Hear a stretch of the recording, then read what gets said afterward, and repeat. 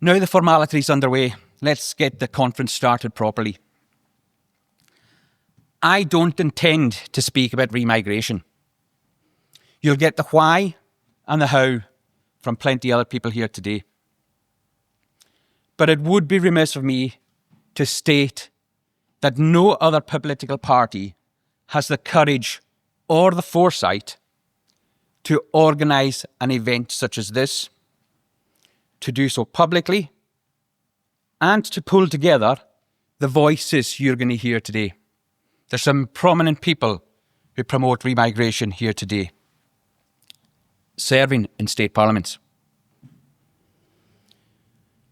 We are the radical right. We are what the establishment fears.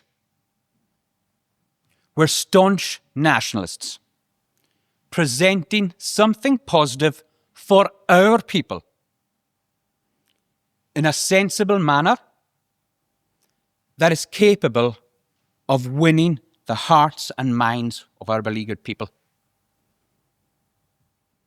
We represent the will of our people. I've already heard some of these stories today, where people who are on the periphery in this and who do the catering stuff, who've been impressed with what we're doing. People we've met out in the hall who said, this is fantastic that you're having this event today. This is what we're doing because we're selling sensible nationalism. We are the voice of our people, and we're giving people the courage to start fighting back again. That's why we already have, after a short time of existence, 12 town and parish councillors already. And this is why the establishment fears us.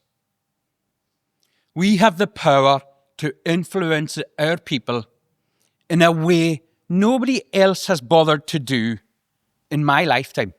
I've been involved in nationalist politics for 34 years. We promote sensible nationalism, remigration, and community politics. And we live rent-free in the heads of the powers that be, the extreme left, and even the containment and crank right. Now, I hear some on the centre right being referred to as muscular conservatives. You heard that one? Reformers call themselves classical liberals, and even those supposed patriots who call themselves civic nationalists. They are all names used to mask their fear and weakness. I'm a nationalist. Nothing more, nothing less. I stand up for our people, and I'm not afraid to say it. But Kenny, they scream. You use the term sensible nationalist all the time. Yes, I do. And I do that for a reason. It's because nationalism is natural and sensible, and it must be presented sensibly.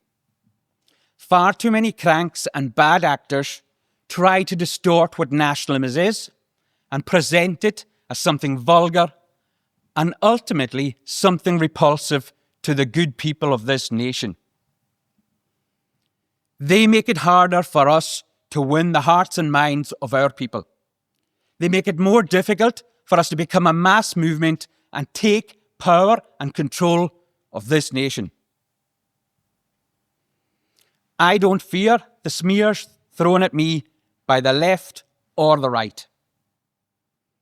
In fact, the containment right uses the language of the far left in their attacks. It still doesn't have any impact. I step over them and continue to fight for my people. Those who reject the political solution and denigrate the work we do are just as responsible for the plight of our people as those who actively facilitate our demographic replacement. Every person who turns their back on community politics and political engagement is giving those who seek our destruction a free hand to do what they want. It is a wanton act of neglect, an avoidance of the hard graft needed. In short, for me, it's the way of the coward. I won't sugarcoat that. whether you ultimately think we can win through the political route or not, to not even attempt to do so is weak and tantamount to surrender, as far as I'm concerned. Every position of authority and control in our homeland should be in our hands, of our people. And we have a duty to make that the case. So I ask you, when you leave here this weekend, rise up and work for your people. Don't leave the fight only to the Homelanders. Become a Homelander yourself and fight back for our people.